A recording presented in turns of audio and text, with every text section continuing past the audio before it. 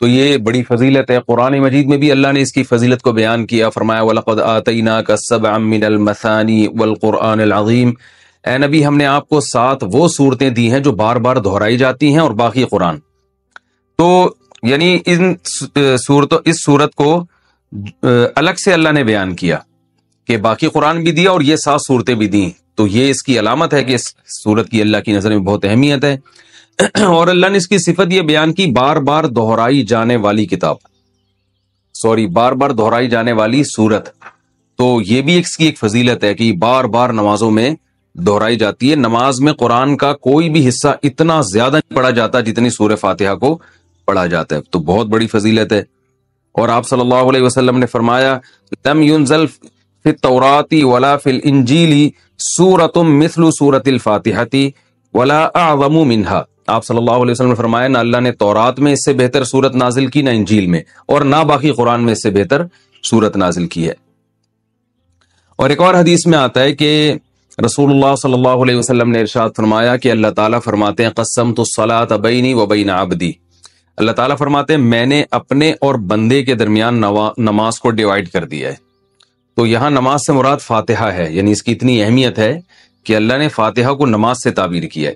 تو فرمایا کہ جب کوئی بندہ نماز میں کھڑا ہو کر کہتا ہے الحمدللہ رب العالمین، تو اللہ تعالیٰ فرماتے ہیں حمیدنی عبدی، میرے بندے نے میری حمد و ثنا کی، یعنی فرشتوں سے فخر سے کہتے ہیں۔ اور جب وہ کہتا ہے کہ الرحمن الرحیم، بڑا مہربان نہایت رحم کرنے والا، تو اللہ فرشتوں سے کہتے ہیں اثنا علی عبدی، میرا بندہ زبان سے میری تعریف کر رہا ہے۔ اور جب وہ کہتا ہے مالک یوم الدین، تو اللہ تعالیٰ فرشتوں سے کہتے ہیں مجدنی عبدی، دیکھو میرا بندہ میری بزرگی بیان کر رہا ہے۔ اور جب انسان، یہ تو وہ ہے جو اللہ یعنی اللہ کا حصہ ہے، یعنی حدیث میں آتا ہے نا میں نے نماز کو اپنے اور بندے کے درمیان ڈیوائیڈ کیا، تو کچھ حصہ میرا ہے اور کچھ بندے کا ہے، تو یہ والا تو میرا ہو گیا،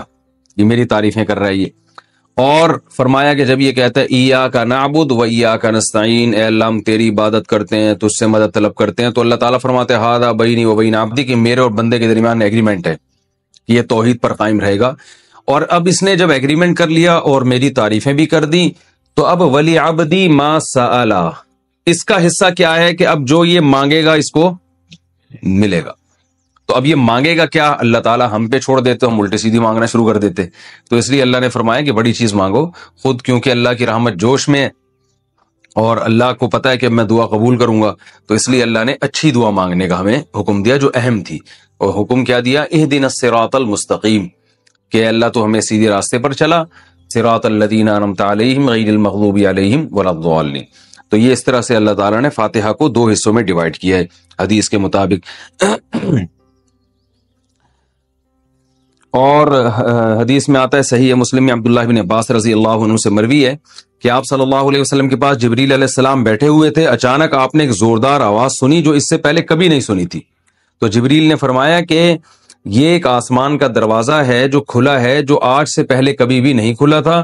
اس سے ایک فرشتہ نازل ہوا ہے، اور فرشتے نے نازل ہو کر پھر نبی صلی اللہ علیہ وسلم کو خوشخبری سنائی اور فرمایا ابشر بنورین اوتیتہما لم یؤتہما نبی قبلک فاتحۃ الکتاب و خواتیم سورۃ البقرہ۔ اس نے آپ صلی اللہ علیہ وسلم کو خوشخبری سنائی اور عرض کیا کہ یا رسول اللہ، آپ کو میں 2 ایسی قرآن کی صورتوں کی خوشخبری سنا رہا ہوں جو آپ سے پہلے کسی نبی کو نہیں دی گئی، تو ایک تو سورہ فاتحہ اور ایک سورہ بقرہ کا آخری حصہ، آمن الرسول بما انزل الیہ من ربہ والمؤمنون۔ تو یہ اس کے کچھ فضائل ہیں، اس سے معلوم ہوتا ہے کہ بہت بڑی فضیلت ہے۔ ایک فضیلت سورہ فاتحہ کی یہ بھی ہے کہ یہ دم میں بھی رقیہ کے کام آتی ہے۔ صحابی سے ثابت ہے کہ انہوں نے جن اتارا اور سورہ فاتحہ پڑھ کے ان پہ پھونک مارتے گئے اور وہ جن کے اثرات ختم ہوتے چلے گئے۔ تو اس لیے اگر کسی پہ خدا نخواستہ جادو یا جنات کے اثرات ہوں تو سورہ فاتحہ پانی پہ دم کر کے چھینٹے ماریں یا ویسے پھونک ماریں، اس کا بہت فائدہ ہوتا ہے۔ یہ سورہ فاتحہ کیا جو ہے نا کچھ فضیلت تھی جو میں نے آپ کے سامنے بیان کی۔ اب اس کی کچھ تفسیر بیان کروں گا۔ سورہ فاتحہ میں نماز میں اس کا کیا مقام ہے؟ رسول اللہ صلی اللہ علیہ وسلم نے ارشاد فرمایا کہ من لم یقرأ بفاتحۃ الکتاب فلا صلاۃ لہ، بخاری کی حدیث ہے، جو شخص سورہ فاتحہ نہیں پڑھتا اس کی نماز نہیں ہوتی۔ تو اتنی بات تو بہرحال ثابت ہے کہ سورہ فاتحہ نماز کا ایک ضروری حصہ ہے۔ اب اس میں اختلاف ہے فقہا کا کہ امام اگر پڑھ لے تو سب کی طرف سے کافی ہوگی یا نہیں ہوگی۔ تو اس میں امام ابو حنیفہ رحمہ اللہ تعالیٰ کا جو قول ہے وہ یہ ہے کہ امام اگر پڑھ لے گا تو مقتدیوں پہ پڑھنا لازم نہیں ہے، بلکہ جائز ہی نہیں ہے، کیونکہ امام کی قرات مقتدیوں کے لیے کافی ہے۔ باقی سورہ فاتحہ کی تفسیر کیا ہے؟ یہ قرآن مجید کی وہ سورت ہے جو سب سے پہلے جس کو رکھا گیا ہے، نازل تو پہلے نہیں ہوئی ہے لیکن رکھا سب سے پہلے گیا اس کو۔ اس کی وجہ یہ ہے کہ ہم جب بھی قرآن کی ابتدا کریں تو سورہ فاتحہ سے کریں۔ فاتحہ کا معنی ویسے بھی کھول دینے والا، کھول دینے والی، تو یہاں سے گویا ابتدا ہو رہی ہے، قرآن کھل رہا ہے یہاں سے۔ تو اس صورت میں اللہ تعالیٰ نے اس کو تمہید بنایا ہے، جیسے ہر کتاب سے پہلے کچھ ایک تمہید ہوتی ہے نا، انٹروڈکشن ہوتا ہے، تو گویا یہ ایک قسم کی تمہید ہے۔ تو اللہ نے اس میں سب سے پہلے اپنا تعارف کروایا کہ الحمد للہ رب العالمین، تمام تعریفیں اللہ کے لیے ہیں جو تمام جہانوں کا پالنے والا۔ یہ جو للہ میں لام ہے نا، اس کو تخصیص والا لام بھی کہتے ہیں۔ گاڑی اردو ہے، سمجھ میں نہ آئے تو کوئی ایسی بات نہیں ہے، یوں سمجھ لیں کہ اسلام کا مطلب ہے تمام تعریفیں صرف اللہ کے لیے ہیں۔ یہ صرف بھی یہاں لگا ہوا ہے، یعنی جتنی بھی تعریفیں ہیں، سخاوت ہے، جود و سخا ہے، بہادری ہے، یہ جو بھی کمالات سمجھے جاتے ہیں، علم والا ہے، رحمت والا ہے، تو تمام تعریفیں حقیقت میں صرف کس میں پائی جاتی ہیں؟ اللہ میں۔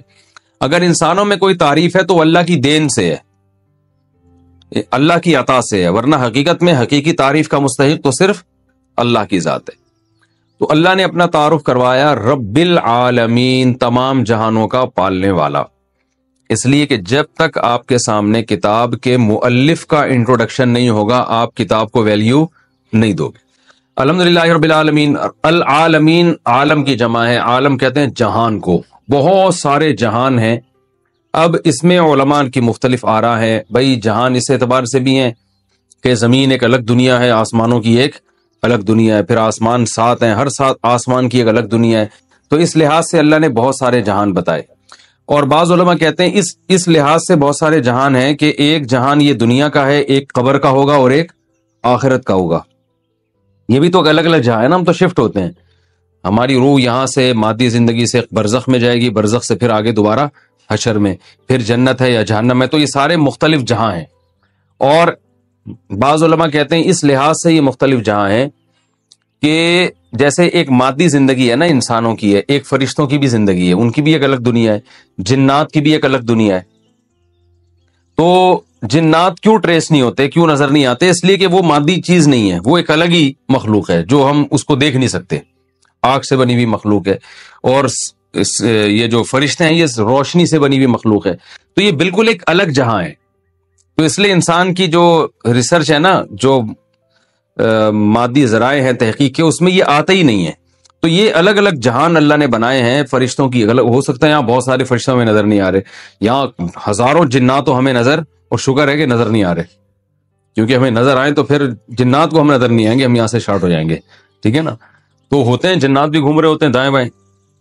تو ابھی اللہ کا انٹروڈکشن چل رہا ہے، تو اللہ نے فرمایا کہ اس کی بہت ساری صفات ہیں، لیکن اس کی جو سب سے اہم ترین صفت ہے، بڑا مہربان اور نہایت رحم کرنے والا، اس کی وہ جس کو میں نے الرحمن رحیم کے لفظ میں بہت ڈیٹیل سے میں بیان کر چکا ہوں کہ اللہ کی رحمت اللہ کے غصے پر غالب ہے، اور اللہ اصل میں تو رحم ہی کرتا ہے، سزا جب دیتا ہے کہ جب کوئی اس کی نافرمانی کرے، اور اس میں بھی بہت سارے آپشن اس نے معافی کے رکھے ہوئے۔ تو الرحمن الرحیم آگے فرمایا کہ مالک یوم الدین، روز جزا کا مالک۔ دیکھیں مالک تو اللہ اس جہاں کا بھی ہے، اس جہاں کا بھی ہے، لیکن روز جزا کا مالک اس لیے اللہ نے بیان کیا کہ اس دنیا میں عارضی طور پر انسانوں کی بھی حکومت ہوتی ہے، لہذا انسان ایک دوسرے پہ ظلم کرتے ہیں، اور اللہ یہ ظلم ہونے دیتا ہے، کیونکہ اللہ نے اختیارات دے دیے ہیں کہ تم چاہو تو سیدھے راستے پہ چلو، تم چاہو تو غلط راستے پہ چلو، اس قسم کے اختیارات اللہ نے ہمیں دے دیے۔ تو آخرت میں یہ اختیارات نہیں ہوں گے، اور آخرت میں ملکیت صرف اور صرف اللہ کی ہوگی۔ تو لہذا جو عقل مند لوگ ہیں وہ آخرت کو سامنے رکھ کر زندگی گزارتے ہیں، وہ کہتے ہیں اگر آج ہم نے اپنے اختیارات کا غلط اور ناجائز فائدہ اٹھایا تو کل ہمیں یہ بھگتنا پڑے گا، کیونکہ یہ اختیار ہم سے سلب ہو جائے گا، ہم سے چھین لیا جائے گا۔ تو اس لیے اللہ نے بتایا کہ مسلمان کا عقیدہ کیا ہے کہ اللہ دنیا کا بھی مالک ہے اور آخرت کا تو تن تنہا مالک ہوگا، اس میں تو عارضی طور پر بھی لوگوں کو اختیارات نہیں ہوں گے۔ تو یہ آخرت کا عقیدہ بہت ضروری ہے، اس کے بغیر اسلام پہ نہ کوئی چل سکتا ہے، نہ وہ مسلمان کہلا سکتا ہے۔ تو مالک یوم الدین کے بعد اللہ نے ہم سے ایگریمنٹ کروایا ایاک نعبد و ایاک نستعین، کیونکہ آگے اسلام پر چلنا اسی پر موقوف ہے۔ جب تک آپ ایک اللہ کی عبادت کے قائل نہیں، اسلام کہتا ہے آپ کی کوئی نیکی قبول ہے ہی نہیں۔ تو ہم سے یہ ایگریمنٹ کروایا گیا ایاک نعبد، اے اللہ ہم تیری ہی عبادت کرتے ہیں، و ایاک نستعین، اور صرف تجھی سے مدد طلب کرتے ہیں۔ تو قرآن میں اللہ نے فرمایا کہ میں نے انسان و جنات کو پیدا کیے میری عبادت کریں، کیا مطلب میری فرما برداری کریں۔ تو اس میں نماز بھی آتی ہے، ماں باپ کا کہنا ماننا بھی آتا ہے، اور جناب اس میں شادی بیاہ بھی آتا ہے، ٹھیک ہے نا، اس میں ولیمے کا کھانا بھی آ رہا ہے، اور اس میں اپنی صحت بنانا بھی آتا ہے، یہ بھی عبادت ہے بھائی، اللہ نے حکم دیا صحت بناؤ، تو اس میں حلال چیزیں کھانا بھی آتا ہے، اللہ نے کہا کہ حلال چیزیں کھاؤ۔ تو یہ سب چیزیں عبادت کے مفہوم میں داخل ہیں، وہ عبادت جس کو لغت میں عبادت کہتے ہیں، لیکن ٹرم جو عبادت کی ہے وہ صرف وہ کھانا کھانے کو عبادت نہیں کہیں گے آپ، بلکہ والدین کی خدمت کرنے کو بھی آپ عبادت نہیں کہہ سکتے، کیونکہ وہ ایک ٹرم ہے نا، ٹرم کہ کسی کی تعظیم، وہ تو صرف اللہ کی تعظیم ہوگی نا اس جذبے کے ساتھ۔ تو وہ عبادت نماز ہے، روزہ ہے، زکوٰۃ ہے، حج ہے، تسبیحات ہیں، اعتکاف ہے، اور یہ جہاد بھی اس میں داخل نہیں ہے، اس عبادت میں۔ وقت ہو